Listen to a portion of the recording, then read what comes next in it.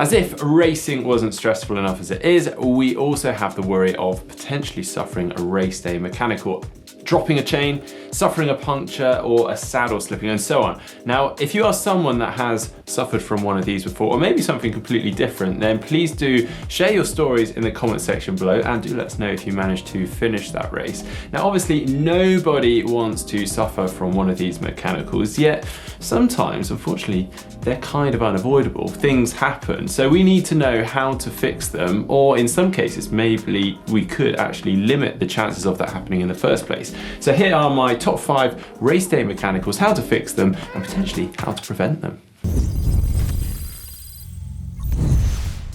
Okay, well, let's start with a rather frustrating one, and this is dropping the chain. Now, this is when the chain falls off of the chain rings at the front here. Now, it tends to be to the inside between the chain rings and the frame, but also does happen outside as well. So let me run you through how you can fix this if you do get yourself into this little bit of a pickle during a race. So more often than not, it tends to be to the inside when we're shifting from the big ring down to the small ring, and it just throws the chain off between the chain rings and the frame. So it's really important at this point to back off the power, because if you carry on grinding away, you are going to, well, potentially jam that chain between the chain rings and the frame, and maybe damage your frame. So actually you want to stop pedaling, or even just easily pedal as you start to try and shift your gears back up into the big ring. And what this will do is hopefully catch the chain back up onto the small chain ring or the big chain ring, and actually get you going again very quickly.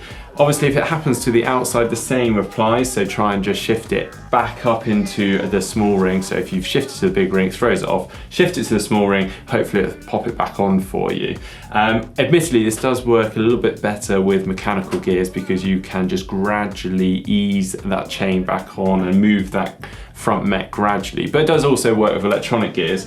Failing that, then I'm afraid it's time to get your hands grubby, and we need to move to the back of the bike. Push the rear mech around to slacken the tension in the chain, then pull the chain out and back onto the chain ring. Now, I know it's too late during a race, but for future reference, it is possible to prevent all of this from happening in the first place. And one possible cause is these 2 screws on your front derailleur not being adjusted properly. So we've got what is sometimes labeled as the H screw, which is your high screw, and that limits your amount of movement from the front derailleur cage outwards. We also have another screw which is sometimes labeled as the L screw, and that is your low screw, and that limits how much movement of the front derailleur inwards. So if your chain is falling off to the inside between your chain set and your frame, then it is the L screw that we need to adjust. So you want to start by putting the chain on the small chain ring and the largest sprocket on the back. The inner plate of the front derailleur cage should nearly, but not quite, touch the chain. We're talking about a gap of 1 or maybe even 2 millimeters. If the gap is larger than that, then you need to turn the L screw clockwise to move that inner plate of the front derailleur cage closer to the chain. But if the chain is falling outside, so off the front chain ring here, then it's the H screw that we need to adjust. So same rules apply. So put the chain on the big chain ring and the smallest sprocket on the back. The outside plate of the front derailleur cage shouldn't quite touch the chain. If there's a gap larger than 1 or maybe even 2 millimeters, then turn the H screw clockwise and you'll see the cage move slightly inwards. But failing all of that, there is the chain catcher. Now, this only actually helps in the case of when the chain is falling off to the inside. And this is actually one of Si Richardson from GTN's absolute favorites. So much so, in fact, I think he may have stolen mine because I can't find it anywhere. But that aside, it would just attach to the front mech here, and it would basically just catch the chain, stop it from falling off between the chain set and the frame, and keep it on the chain rings. And this is actually particularly useful if you're using larger chain rings and you've got a big step down between the 2 chain rings. Now, punctures are the absolute worst, and there are a couple of ways to fix them. On race day, we can go for a full tube replacement or tyre replacement if we're using tubeless, or we can use a sealant.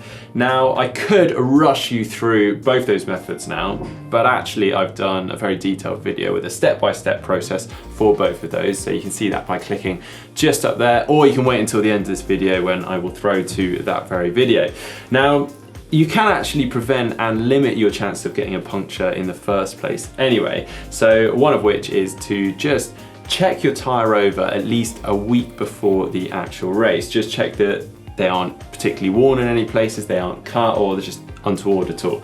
Now, if they are, then you want to make sure that you replace them and you get at least 1 or maybe even 2 short rides in on them before the big day. That way it just beds it in and seats that tyre really well. Also, if the inner tubes are old and you've fixed them a fair few times, then definitely replace those, because just for the few quid, it is absolutely well worth it. Another thing to consider is your tyre pressures. Now, you should be checking these on race morning. If they're too low, you could risk suffering from a pinch flat, but equally if they're too high, you could suffer from them basically exploding. Now, this is particularly the case if you're racing in hot conditions or you're having to leave your bike out in transition with the sun beaming down on it. Now, in terms of the actual pressure you pump your tyres up to, well, as a rough guide and an example, if we use a 25mm tyre and a 70 kilo rider, then the front tyre should be at 90 psi and the rear tyre at 93 psi. And then you want to increase that by 2 psi for every 5 kilos over 70 kilograms, and then subtract 2 psi for every 5 kilos under 70 kilograms. Now, obviously this does change ever so slightly in wet conditions, because you will want to run a slightly lower pressure to increase that grip. So do drop a few psi out of both front and rear tires, but again, just be wary of those pinch flats.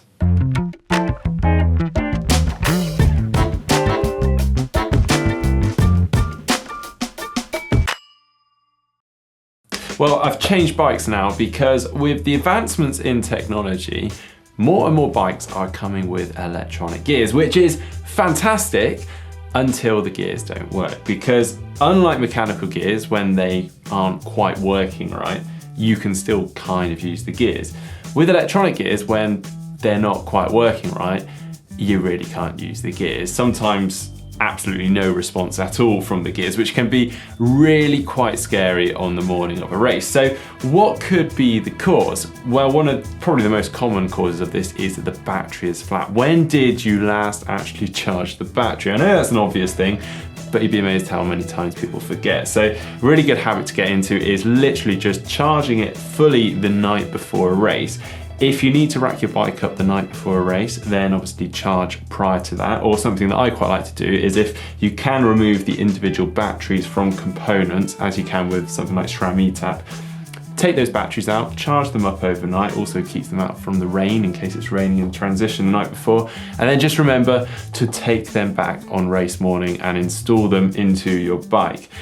If the charge isn't the issue, then another possible and quite common cause is that one of the cables has come out of one of the components. So just check that all the cables are properly pushed into each of the components. So check the front mech, the rear mech, and just try and push that cable in. If it's not quite in, you'll feel a slight click.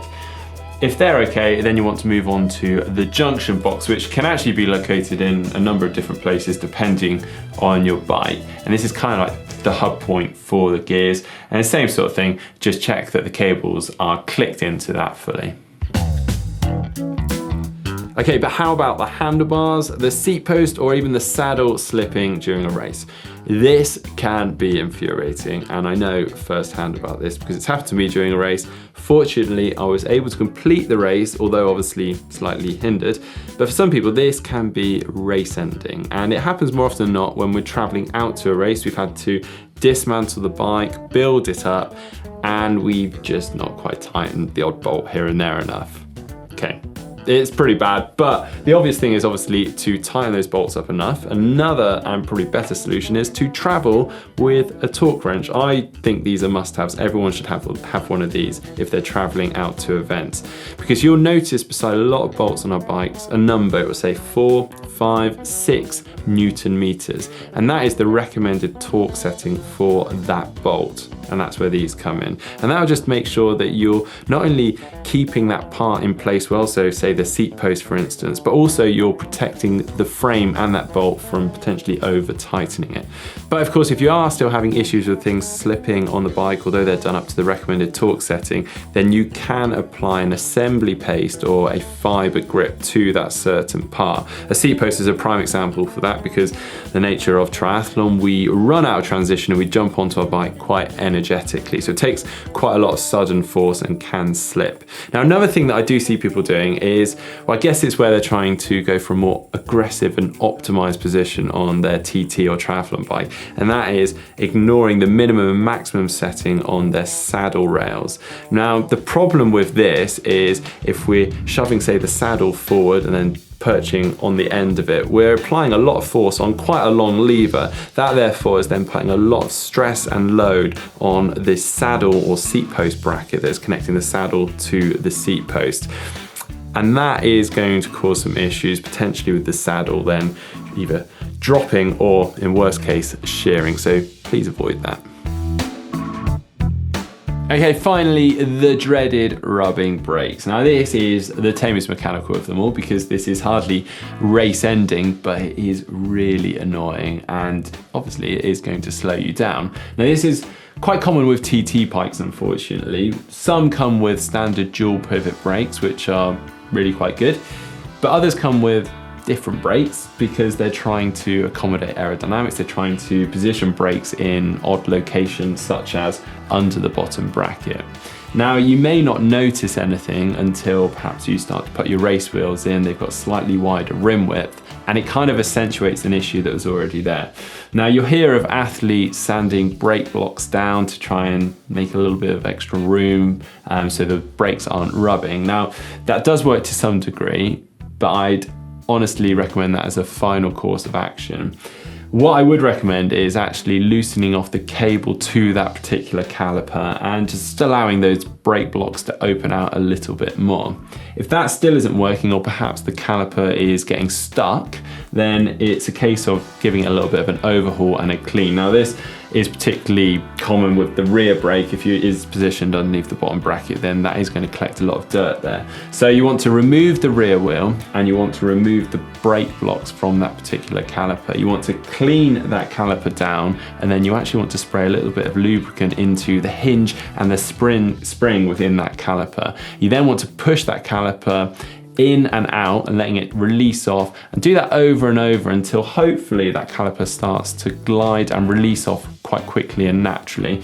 And then once that's all done, clean it all down, pop the brake blocks back in and the wheel in, and set it up nicely. Well, there we go, there's my top 5 bike mechanicals on race day, which is an odd phrase because they're not top at all, they're not a great experience, but hopefully that does help you out for race day. If you've got any of your own that I haven't featured today and you've got some advice on them, please do drop them in the comment section below. If you liked today's video, hit that thumbs up button, and of course you can hit that globe and subscribe to GTN if you're not doing so already, and see all our other videos. Now, if you'd like to see that video on how to fix a race day puncture, just click up here. And if you'd like to see a bike mechanics lesson with Calvin Jones from PUNCTURE, then just click down here.